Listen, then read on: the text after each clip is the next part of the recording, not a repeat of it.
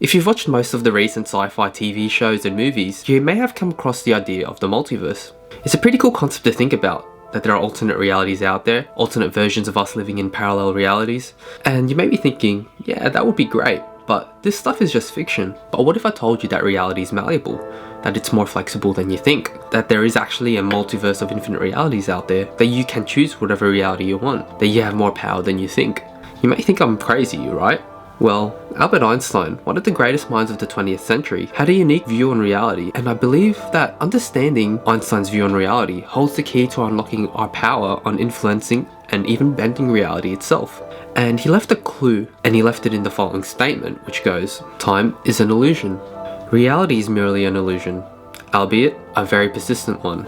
Now, what does he mean by this? How can time and reality be an illusion? To understand this, we need to understand the third, fourth, and the fifth dimension. And if this all sounds complicated, then don't worry, because we'll be going over this slowly with easy to understand diagrams, so we can make sense of it all. So firstly, right now, let's just draw you in the third dimension, which is here. And if we were to draw the future you in the third dimension, it would look like this.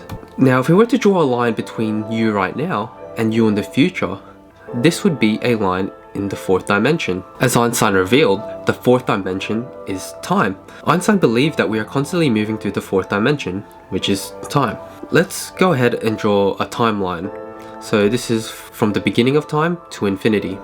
And let's just say, for the purpose of this exercise, that the beginning of time was the Big Bang. And 13.7 billion years later comes you. And this is the current point of time that we are experiencing right now. Now let's draw a bubble around this and call it our reality. Einstein believed that the past, the present, and the future are all the same. And this is a very difficult concept to grasp, but essentially there's another way of looking at it. And we can look at it through the statement of Neville Goddard, where he says that creation is finished. Now what does this mean? It means that in this bubble that we call reality, everything is already finished. Creation was finished in an instant at the beginning of time by God. So for instance, in religion, when they say that God knows all, God knows what already happened, he's outside the realms of space and time because he created everything, this is what they mean, that creation is finished, that creation is already one, that in a dimensionally larger world, everything is already there. However, our human consciousness is only able to perceive reality at one moment at a time in a linear fashion. We are only witnessing a particular moment in this creation at a particular point in time. And there's a quote from Alan Watts which says, "You are an aperture through which the universe is looking at and exploring itself." And this relates to why Einstein said that time is an illusion, because in the dimensionally larger world, time doesn't really exist if creation is already finished. Time is only relevant to the human experience because we're only able to perceive this reality at one moment at a time. And like I said before, religions have long understood this concept. As it says in Revelations, "I'm the Alpha and the Omega, the first and the last, the beginning and the end." And this is just a personification of the nature of God. And this also reflects the truth in the statement from Neville Goddard, where he says that creation is already finished. So this poses a very interesting question. If creation is already finished, does that mean that we're merely puppets to fate? Does that mean that our future is determined? And this sort of ties into the philosophy of determinism. And to answer this question, we need to understand the fifth dimension. In the fifth dimension, what we've drawn here, this little bubble, this reality, is only one potential timeline. So let's go ahead and call this timeline 1. In the fifth dimension, there are infinite realities, there are infinite timelines. And this is also known as the multiverse, which you commonly see in sci-fi. Here we've just drawn out this bubble, and all these little circles inside it is each possible timeline. And just imagine that there's an infinite number of them in this bubble called the multiverse, or the fifth dimension. And like I said before, we can only perceive and experience one reality at a time.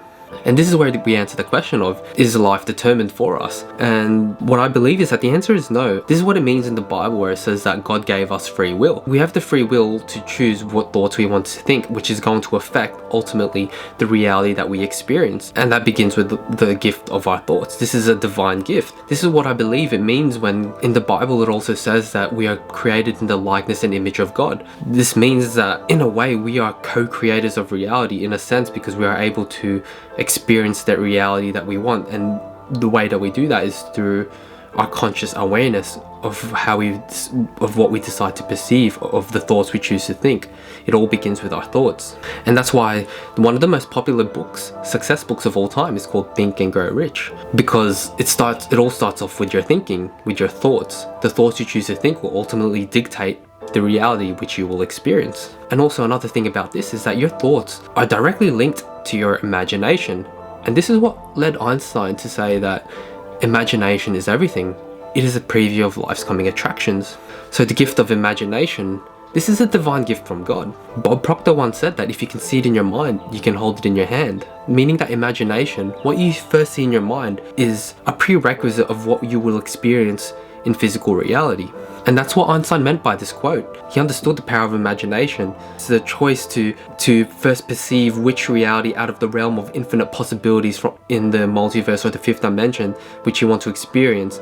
And once you focus your awareness and your perception on that reality, then you are able to draw it, or you're able to attract it into your life. And the awesome thing about this is that if there are infinite possibilities, that means that your higher self, the highest potential version of you, it already exists.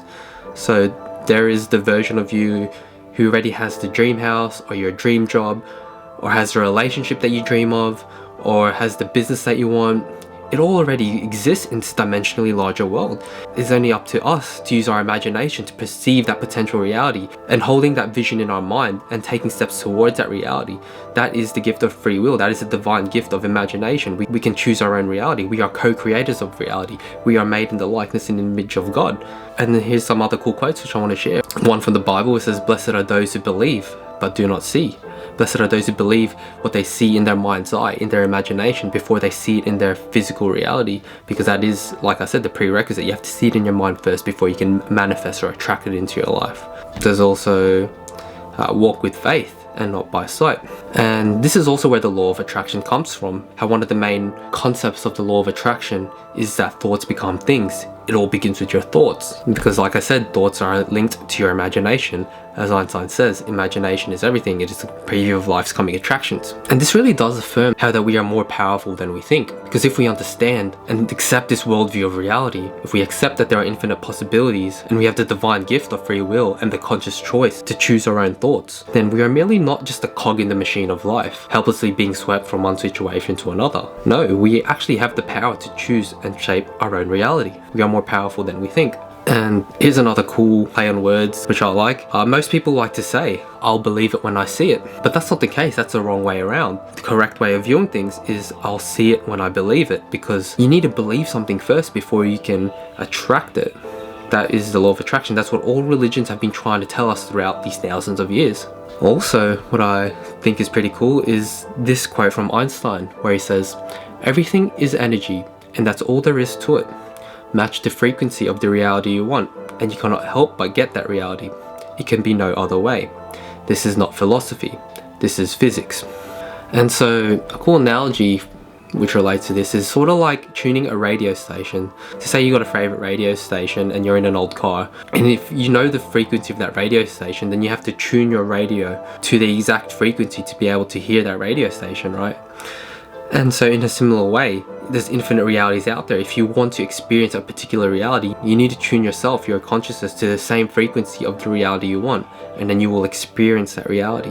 And I'm going to tie back to a lot of the success books which I've read as well. They all say the same thing, and one of the main things they talk about is the specificity of your goals. You need to be very specific on where you want to go. Because for example, say that you just tune to a random frequency on the radio. You may land on a radio station which you don't really like, or most likely you may just hear random noise. And that's the way that most people are living their lives. They're not specific on what they want, so then the frequency that they're at is just at a random frequency, so they experience a life that they do not choose, they do not want. That's why they feel like they're a cog in the machine of life, helpless and not being able to choose. But the reason why they're feeling that way is because they have not decided to take the time to decide what they want, to be specific on what they want, and then tune their consciousness towards that reality and acting accordingly towards it. Now, if you resonated with what I'm saying and it's all making sense to you and you're deciding to accept this new worldview of reality, there are still a few hurdles which I want to talk about, which may pop up, which will prevent you from actually holding on to this worldview and applying it into your life. And the very first hurdle is actually the resistance to this truth. And I'm speaking from experience because it took me years and years and years after understanding this concept to actually try to embrace it and live it out in my life. And the reason is that we've been so conditioned to live our whole lives as powerless. And there's this parable of the elephant. So this is a baby elephant which is tied to a stake in the ground, so it can't move around. However, when the elephant grows into adulthood, it still believes that the stake in the ground is able to hold it. However, it can just walk off and break free from its apparent limitations. And so too do I see that as human beings, we too are unaware of our conditioning, that we are unaware of our own power. And I also think a reason for this is that subconsciously we fear the power that we have within. As Marianne Williamson says, we do not fear that we are inadequate. We fear that we are powerful beyond measure. And why do we fear this power that we have? And when I was thinking about this question, one thing that popped up into my mind was a quote from the movie Spider-Man. With great power comes great responsibility. And what this means is that if we accept the fact that we have the power to choose our own reality, then that means in a similar light, we do also have to accept the fact that we have responsibility for everything that happens in our life. We have responsibility for the reality that we experience. We have responsibility for our thoughts and our actions. And it can be a very scary thing to accept. And what most of us do is that we shun away from the light, from the truth of our own power, and we go back into autopilot, into living our lives the way that we did before. However, for those of us that decide to accept this truth and to be creators of our life rather than passive observers, rather than being just a mere cog in the machine, then good, that's the first step towards being a conscious creator. However, there's still a few more hurdles ahead, which I want to talk about. And the second hurdle is overcoming the fear of the unknown. There's two things that stand between us and the reality that we want to experience, the reality that we see in our mind's eye, our imagination. And those two things are, one is time, and two is the unknown. So although you may have a destination in mind, you're still most likely going to have to navigate through uncharted territory, through the unknown, to get to where you want to go. And this can be a very scary thing for most people. And what I can say is that the main thing you need on this journey towards manifesting the reality you want, towards self-actualization, is faith and courage. And this is why all religions throughout the dawn of time have been talking about having belief in God, having faith in God. And the reason is because you're gonna have to have faith when you're experiencing bouts of fear, when trying to cross over to your dream life, your dream goal, or where you want to go. As Andre Gide says, man cannot discover new oceans unless he has courage to lose sight of the shore. Now, the final thing, the very final step towards living out your dream life is focus. So as we've seen in the slides, we've seen the power of your awareness, the power of your attention, the power of your human consciousness. And we live in a world where everything seems to be fighting for our attention. The media, TV, our phones. It's more difficult than ever to stay focused. And I can really relate to this because how difficult is it to take some time out of your day to sit down by yourself free of distractions and put 100% energy and focus towards your goal, towards your dreams and vision. It's really hard, right? And this is why every single success book out there talks about the same thing. They talk about setting your goal, reading it out every day, 3 times a day aloud, in the morning, in the afternoon, at night, reading your daily affirmations. And the point of all of these things, all these repetition, is to drill into your mind to keep your goal at the focus, at the sole center and focus of your day, because these books understand the power of your awareness, or the power of your focus towards attracting that reality that you want. So the biggest lesson here is for you to never lose sight of your vision, to never lose sight of your goal or the reality that you want to experience, to keep it in the forefront of your mind. Because what you hold in your mind, what you decide to perceive in your mind, in your imagination, is going to ultimately be the reality you experience. And there's a quote from Christopher Columbus which goes, "By prevailing over all obstacles and distractions, one may unfailingly arrive at his chosen goal or destination." Now, if you guys enjoyed this video, I would definitely recommend you guys watch my manifestation video right here. And also, if you guys like this video, can you please give it a thumbs up? It would really go a long way in helping this channel grow. And as always, thank you guys for watching. Appreciate you all, and see you guys in the next video. Peace.